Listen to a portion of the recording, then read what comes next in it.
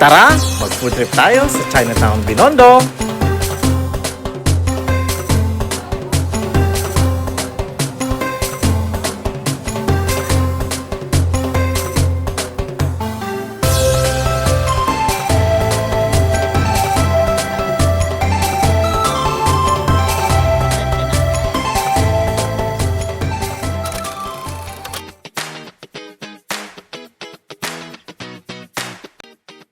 Hi guys, I'm Julius. And I'm Tristan. We're chasing adventures one stop at a time. Welcome to our travel vlog.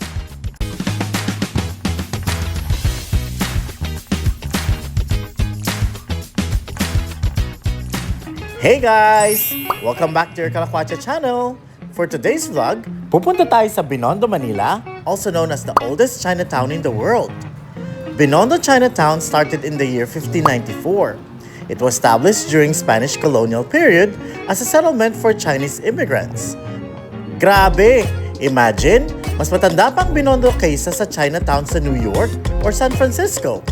So today, we're going to explore, maglalakad tayo, kakain tayo ng masarap, and of course, food trip is live! So if you're ready, samahan nyo kami to our Chinatown adventure today.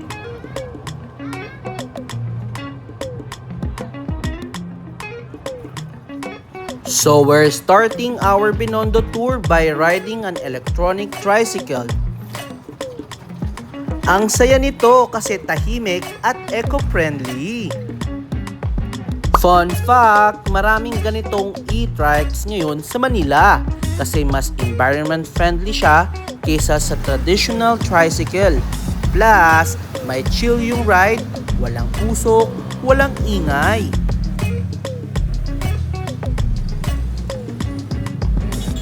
First up, Binondo Church, officially known as Minor Basilica of St. Lorenzo Ruiz.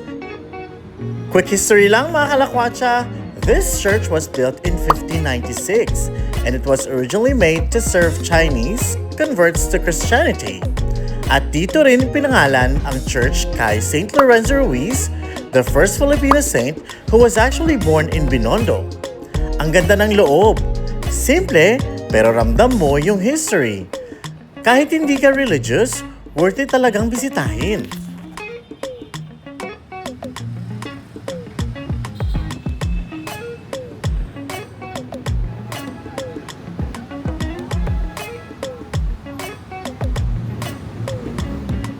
Chinatown yung Jollibee yun. After the church, naglakad-lakad na kami sa Binondo. Makikita nyo dito yung blend of old and new buildings.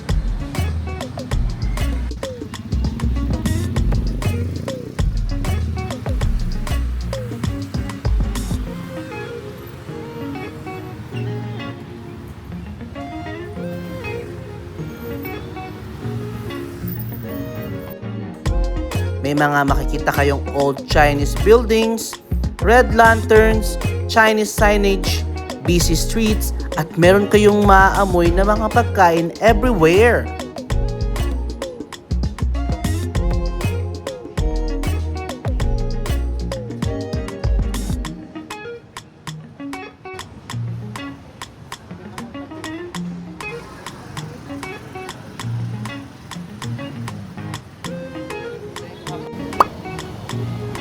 Finally, narating na natin ang Chinatown.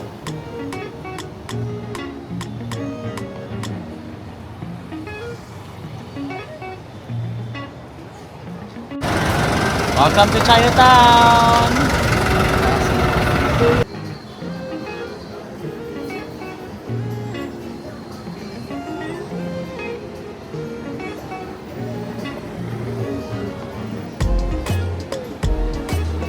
So ready na ba kayo? Simulan na natin ang food hunt.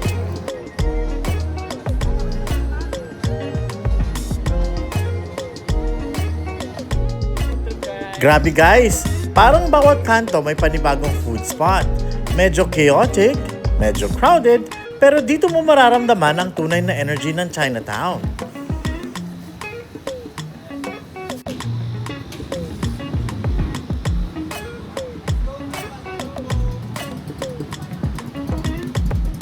Okay, food trip officially starts now. Nadaanan namin tong food stall na to guys. Meron silang fried siopaw at talaga namang nakakatakam. So, try natin! So ito may pila, dito natin try. Mayroon din silang iba't ibang food choices, pero naka-target lock talaga kami sa fried siopaw.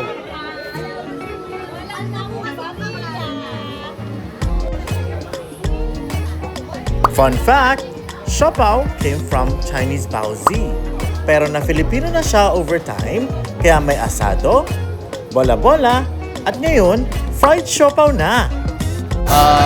Try natin ang fried siopaw, worth of 50 pesos.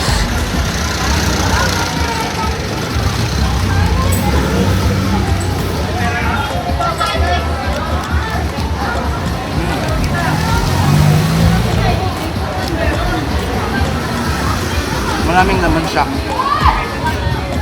Kaya yung unang nalasahan ko yung parang bell pepper. May mga garnish at saka pineapple. Masarap din. Saka mainit. Next, binili naman namin ang fried tofu. Let's try.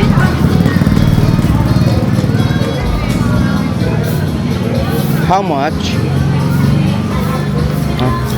50 pesos din. Barbecue taste siya. I think nilagyan nila ng barbecue sauce before nila siya pinay. That's why. Okay yun siya. Warm siya ibibigay sa'yo. Dito lang siya sa Xiaolongbao. Let's continue our journey to finding more food in Chinatown. Mag-enjoy din kayong maglakad-lakad lang dito.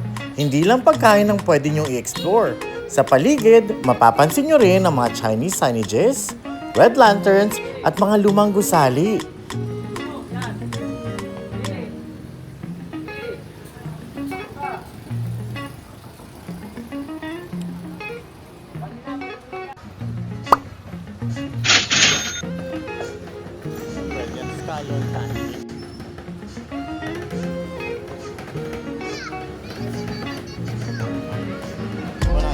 Tito tip, if you are visiting Binondo, make sure na magsuot ng comfy shoes dahil sa maraming lakaran. Magdala ng cash, hindi lahat tumatanggap ng card. Visit early para iwas pila at sobrang siksikan. Huwag matakot mag-explore, minsan yung best food nasa maliit na eskinita. At magdala ng tubig, food crawl is real here. Next stop, tinapay time. Fun fact about bread culture in the Philippines. Na-influensyahan tayo ng Spanish and Chinese baking traditions. Kaya meron tayong pandesal, hopia, egg pie at iba pang baked goods na staple sa araw-araw na buhay ng Pilipino. Sa Binondo, maraming bakery na ilang dekada na. Yung tipong kinakainan na ng lolo't lola natin noon. Tikman natin ang seaweed and meat floss dito sa baking bus. It's a baking bus, sorry. How much? 60. 60 pesos. Tingnan natin kung worth it.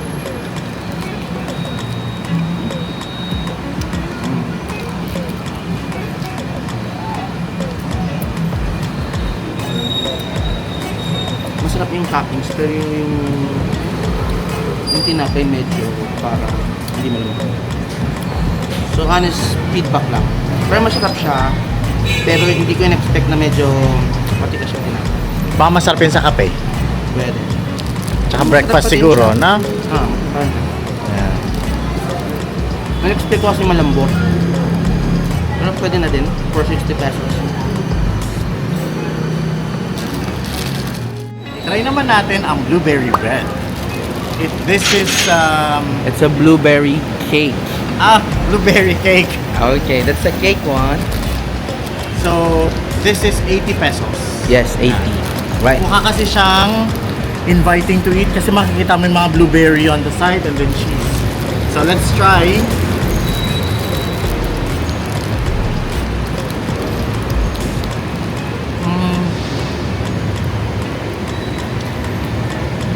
For a cake, medyo ang consistency niya is bread-like. I think this is good to pair with coffee in the morning. Pero dahil sa aming blueberry, hindi rin siya overwhelming na tamis. Enough lang siya. Fluffy naman siya inside. However, yung sa labas medyo a bit tender for bread. Pero okay naman siya. Masarap din siya. Kamalinam yung pinaka-taste. So you can also try it here in Beijing Bus. Ang Ongping Street ay isa sa pinaka-famous streets dito sa Binondo. Dito mo makikita ang halo ng gold shops, bakeries, restaurants at street food stalls.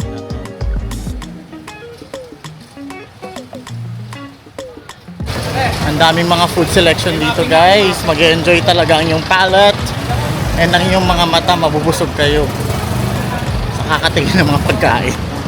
Kaya better na huwag kayo pumunta rito ng gutom na gutom. Fun fact, Ongpin Street is named after Roman Ongpin, a Filipino-Chinese businessman who supported the Philippine Revolution. Kaya hindi lang siya food street, may history din siya. After all that pagkain, kailangan panulak na ba? Dragon fruit shake. Gatas po. Apa. May nata. May dagdag po ba pag may gatas at saka nata? Wala naman. Sige po, may nata. Kaya ako nata. Sarap ang nata. Ayan. Yung iba. Condense yan natin. Yes. May pera ka? May pera ka, meron pa. Ito, kung gusto niyo pa po matamis, pwede pang padagdagan ng cost. Salamat po ate. Ay, balik ito. Try natin. Wala kami. Thanks to kay ate. Kanina nga. Okay. Taste test na natin. Ang tawag ito? Dragon fruit shake.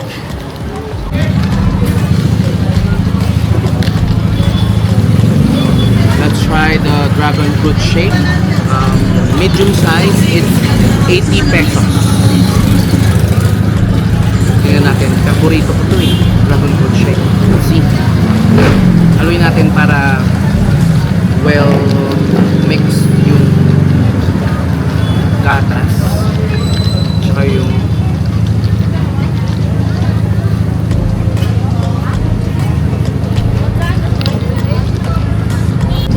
Matamis. sakto lang ito. Sarap, Okay. tsaka malamig. Perfect. Malalasa mo ba yung fruit shake? I mean yung dragon fruit? Kaunti. Balance lang sa tamis tsaka nung pagiging dragon fruit. 80 pesos. Pwede na. Sarap din. Pati na yan, lalo na kapag ang dami mo ng trinay na food, di ba? Actually, marami na sa dila mong ano. Pero this one was Okay? You can also try it. Diyan kay ate, mabait si ate. You can guys try it. Magka-try. Mag-request kayo na nata guys kasi nakakatulong siya sa parang drinking experience kasi parang kang may ninunguya. Tapos kapag hinalo mo siya, tumatamis lalo yung drink. Mas sumasarap siya. So try nyo ha, mabait si ate dito sa side na to. Malapit siya sa ano ba to? Banyak Consumer Goods Trading. Harap, I like it.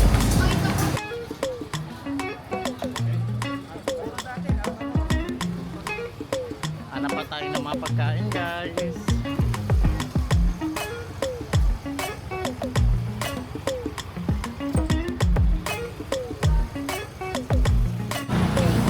Guys, kung gusto niyo rin bumili ng gold, Binondo is known for good quality golds. So you can also try checking out.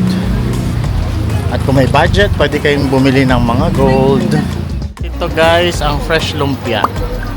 For only... So let's try. Sabi ni Rachel.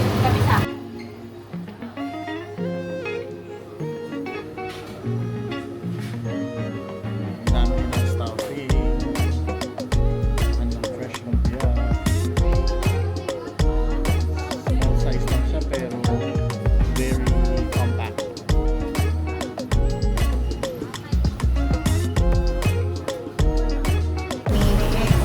Try naman namin ang kikiam na special.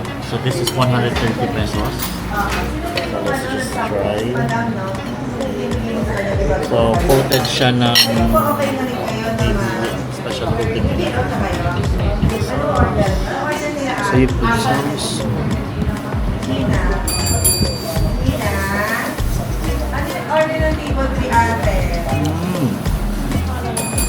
Masarap siya. Malasa yung pinaka-kikiam. Hindi siya yung commercialized. So masasabi mong special yung pagkakagawa. Soft enough. At saka warm siyang sinaserve. So, try nyo dito.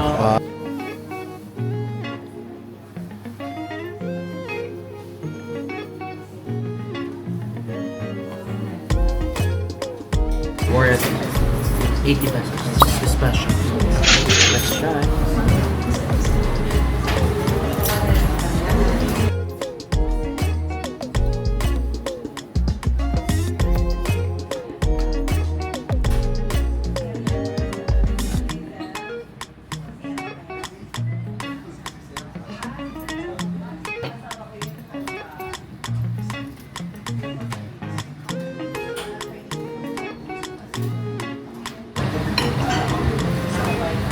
Oh my god, let's see. Tingnan natin ulit ng sauce. I'm so excited.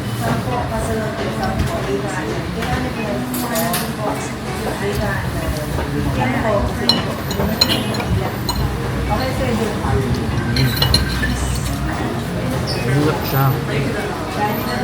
May mga matamis-tamis siya na maalat-alat. Talagang lumpiang sariwa. Masyadong giniling lang halos lahat. Giniling. Gulay, giniling lang. The sauce is sakto lang. Yung sauce talagang nakakatulong siya sa lasa ng lumpiang sariwa. So masarap ang timpla nila. You must try this one guys.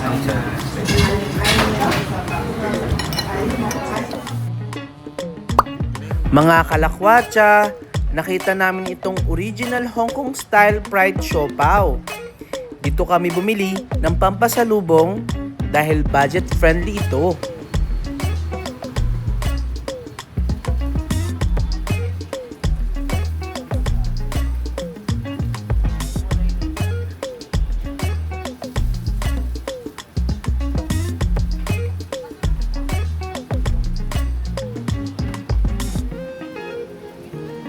Guys, if you're on a budget, 35 lang yung fried siopaw nila at mga dim sum nila na 69 lang. Yan yung mga presyo. You can also try it. Affordable tong store na to. Lingnam. May mga drinks din available. Tinikman din namin dito ang fried dim sum. Pan-fried dumpling, only 69 pesos. So let's try. They will serve it hot and fresh. Mainit pa po. Mainit. Mainit pa? Mainit pa. So, agatin ko na lang muna ng konti.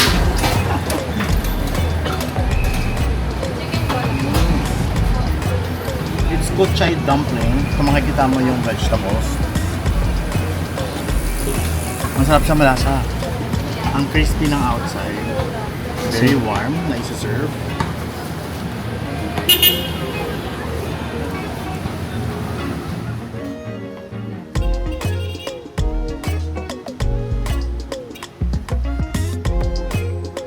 Pagdating ng gabi, nag-iiba talaga ang itsura ng Binondo.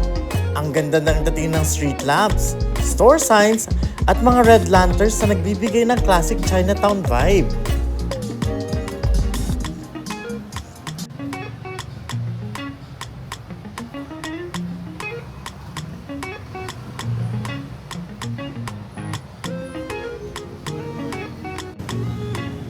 Next, pumasok kami sa Bitin Grocery. Funny story, akala namin part siya ng In Bitin, pero hindi pala. Pero okay lang kasi ang daming Asian snacks inside. If mahilig kayo sa imported candies, noodles, and drinks, this place is a gold mine.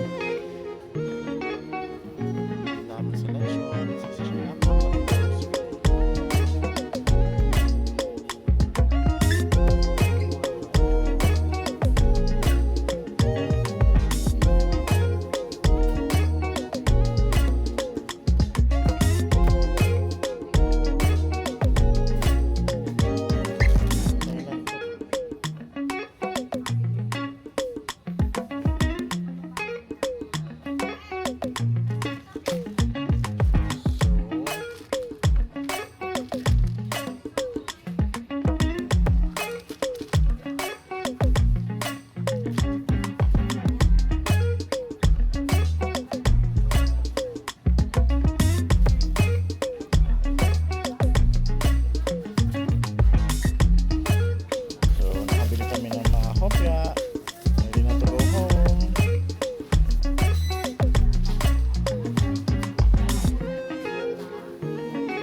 Okay po.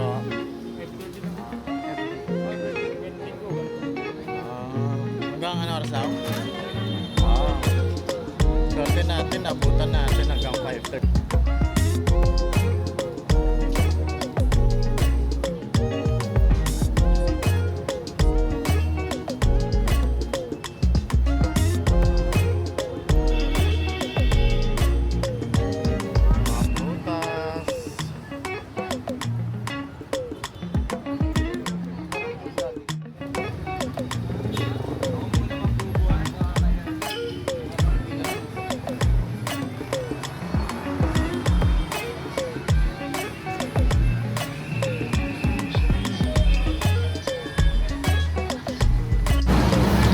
Guys, punta tayo Bitin.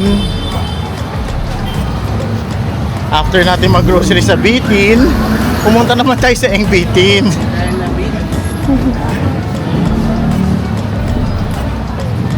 Bili tayo ng kopya sa Bitin. Bumili tayo sa Bitin, pero totoo talaga sa Bitin. Of course, hindi pwedeng mawala ang Bitin kapag nasa Binondo ka.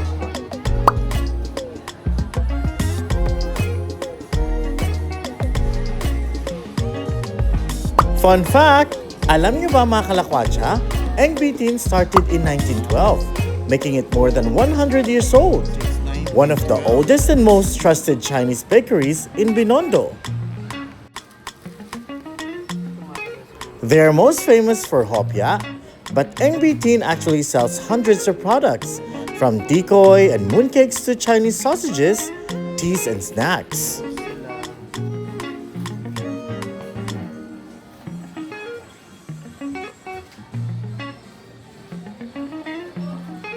Kasi dito mamili.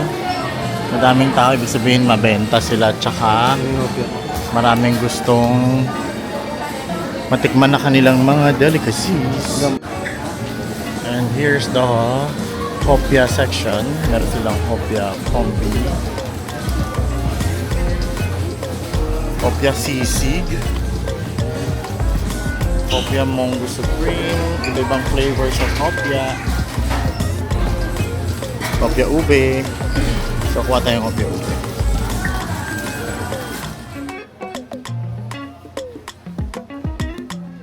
Bitin makes fresh batches daily, which is why many people line up early, especially for their warm hopya straight from the oven.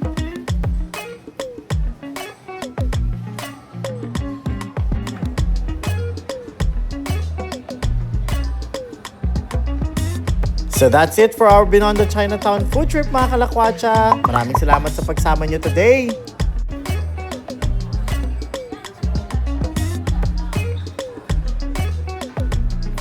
To God be the glory. Thank you po, Lord.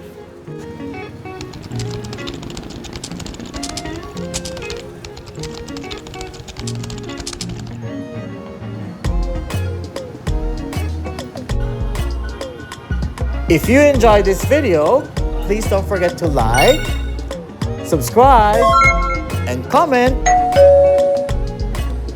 Check out these videos for more travel adventure.